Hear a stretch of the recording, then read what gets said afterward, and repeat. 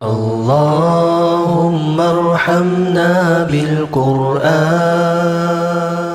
Alhamdulillah. Ustaz, adakah ayat-ayat yang Al-Quran ataupun hadis-hadis Nabi SAW ataupun nasihat ibu bapa atau para guru yang menjadi motivasi ataupun pembakar semangat lah buat Ustaz senantiasa berdamping dengan Al-Quran, Ustaz? Okay, bismillah. Di antara cakap pasal tarbiyah Ustaz, daripada awal saya belajar, alhamdulillah, guru-guru, setiap guru tu mereka ada, orang kata tu, prinsip ataupun orang punya guideline yang berbeza. Tetapi mereka akan mengungsikan satu hadis ni yang kebanyakan semua guru mereka berpegang kepada hadis lah Ustaz.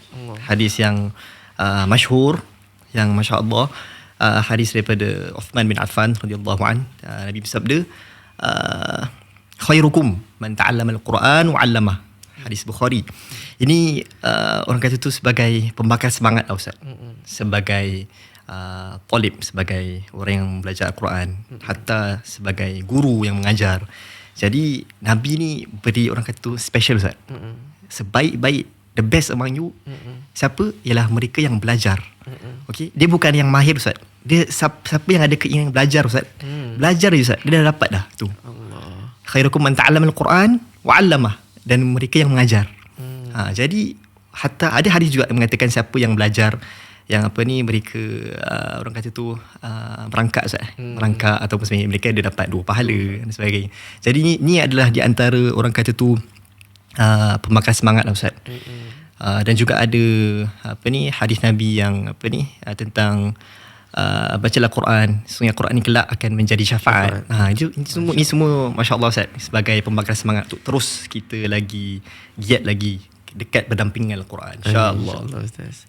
Ustaz, kita juga pernah dengar dari guru-guru kita yang sering berkata al-adab qabla al-ilm, Ustaz, iaitu kita seharusnya belajar atau utamakan adab sebelum ilmu lah.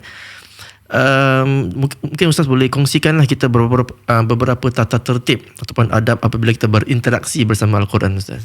Baik, adab ini dia satu perkara yang wajib lah seorang yang mempelajari Al-Quran ataupun apa-apa ilmu pun. Adab ni lah yang pertama lah Ustaz. Bermulanya ilmu tu dengan adab sebenarnya. Seperti mana yang saya boleh kongsikan, Imam Malik rahimahullah ta'ala, dia ada seorang anak murid.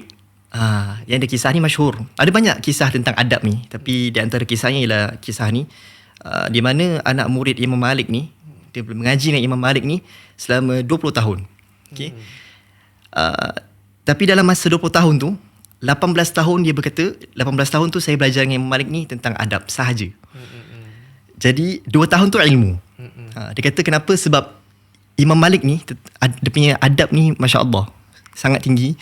Sampai dia kata 2 tahun tu ilmu Imam Malik ni insya-Allah akan tersebar, saya boleh dapatkan di mana-mana. Tapi tentang adab ni, saya nampak ketika zaman tu masya-Allah Imam Malik seorang yang memiliki adab yang sangat tinggi. Jadi masya-Allah kita boleh nampak ibrah daripada kisah ni ialah adab is the main thing lah. Is the, orang kata satu perkara yang very valuable.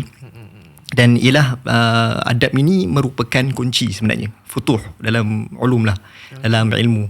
Tanpa adab tu memang orang kata sangat rugilah. Seperti orang tu tak berilmu, tak ada adab kan.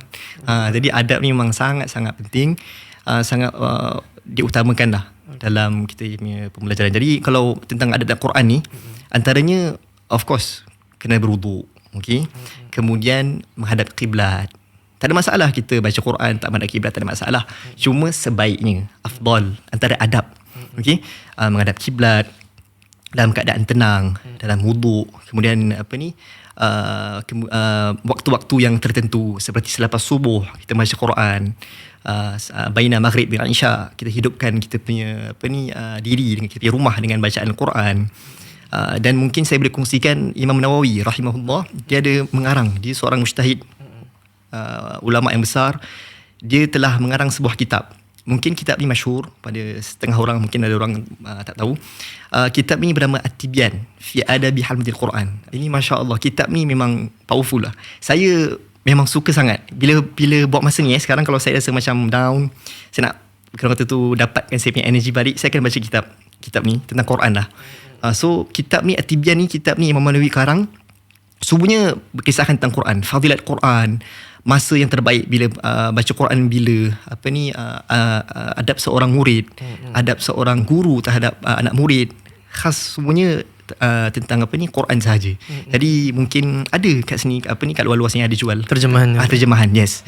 Saya boleh recommend sangat-sangat kitab ni, memang masya-Allah, At-Tibyan fi Adabi Hamlatil Quran. InsyaAllah. Karangan Terima Manawi, kasih. insya-Allah. Okay, Ustaz, adakah nasihat atau pesanan buat talibul ilm lah yang khususnya dalam bidang Al-Quran, Ustaz? Okey, nasihat saya terus giat sebagai orang kata tu pelajar Al-Quran, kita harus semangat terus, tak boleh patah semangat, sebab biasa kehidupan ni ada up and down.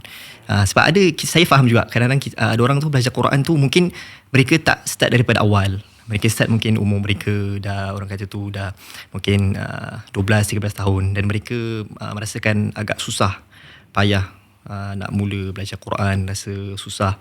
Tapi kita kena tahu ni bahawasanya Quran ni ialah sangat, orang kata tu penting lah, very orang kata tu ibarat permata lah Ustaz.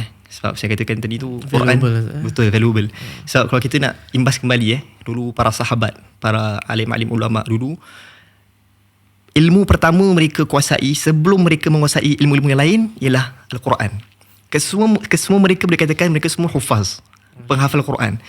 Jadi hatta masyayikh saya pun ada mengungsikan dekat Yaman, ilmu yang pertama tu untuk dapat kunci ilmu tu ialah Quran. The best kalau anda boleh hafal Quran, itu memang terbaik lah. Itu futuh pembuka. Tapi kalau tak sampai tahap, jadi orang tu tak sampai tahap untuk menghafal Quran, cukup sekadar awak dapat mahir membaca Al-Quran. Jadi insya-Allah tu dapat membantu kita punya kehidupan lah sebagai seorang talib, untuk memudahkan segala kita punya ni. Jadi itulah nasihat saya. Terus giat belajar, jangan putus asa, teruskan insya-Allah, cari guru insya-Allah. Terima kasih, Ustaz. Okay, baik Ustaz. Ustaz ada apa projek-projek yang terkini Ustaz nak mungkin promote, Ustaz? Okey. Jadi buat masa ni alhamdulillah saya adalah saya punya few teman-teman saya, asatidzah. Kita ada buat, orang kata tu, this program lah insya-Allah. Classes yang saya akan kendalikan insya-Allah. Quran, because ada some of my ni ada yang saya sekarang dah bermula. Cuma saya belum lagi really, orang kata tu, Publicize? Yes, publicize. Jadi ada yang sebahagian yang kenal, yang mungkin mereka tanya personal, saya dah mulalah. Cuma insya-Allah dalam masa terdekat ni, mungkin saya boleh akan share dekat saya punya social media, Instagram, Facebook. Saya akan buat classes lah. Sama ada online, home base, saya ke rumah anda ataupun anda ke rumah saya, in groups. Jadi sekarang kita masih ada dalam planning lah program. Semualah insya-Allah ada tahsin atau iqra, tajwid, tarannum dan sebagainya insya-Allah. Jadi insya-Allah boleh lah kalau ni saya akan share dekat saya punya social media insya-Allah. Jadi kalau viewers kita nak contact Ustaz, macam mana Ustaz? Di mana Ustaz? IG lah Ustaz. Di IG Ustaz. InsyaAllah. Nanti saya akan siapkan link untuk saya punya classes insyaAllah, masih dalam proses. Okay. So dari sana mungkin viewers ni boleh lah insyaAllah. Kalau yang berminat insyaAllah. Okay. Sama-sama. Terima kasih, insyaAllah. Semoga maju jaya Ustaz. Amin insyaAllah. Barakallah.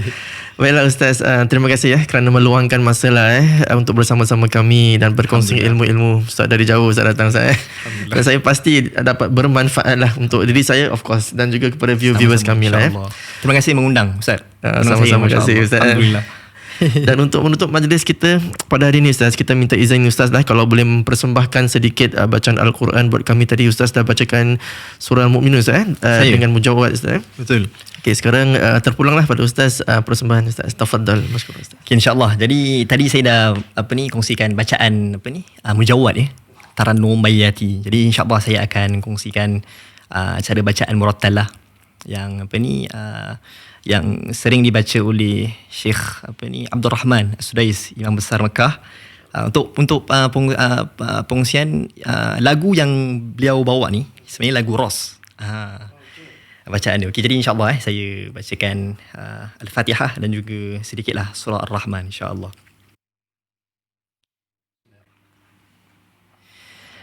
Alhamdulillahi Rabbil Alamin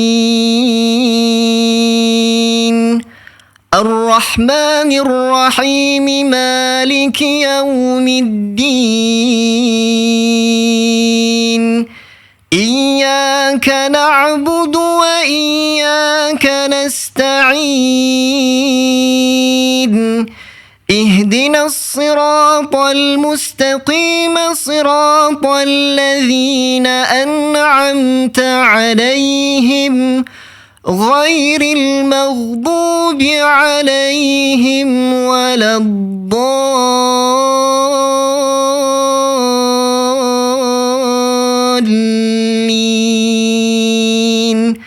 آمين. الرحمن علم القرآن خلق الإنسان علمه البيان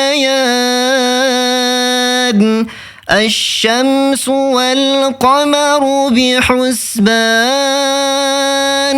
والنجم والشجر يسجدان والسماء رفعها ووضع الميزان ألا تطغوا في الميزان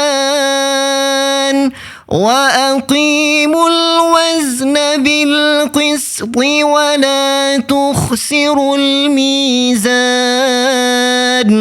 والأرض وضعها للأنام فيها فاكهة والنخل ذات الأكمام والحب ذو العصف والريحان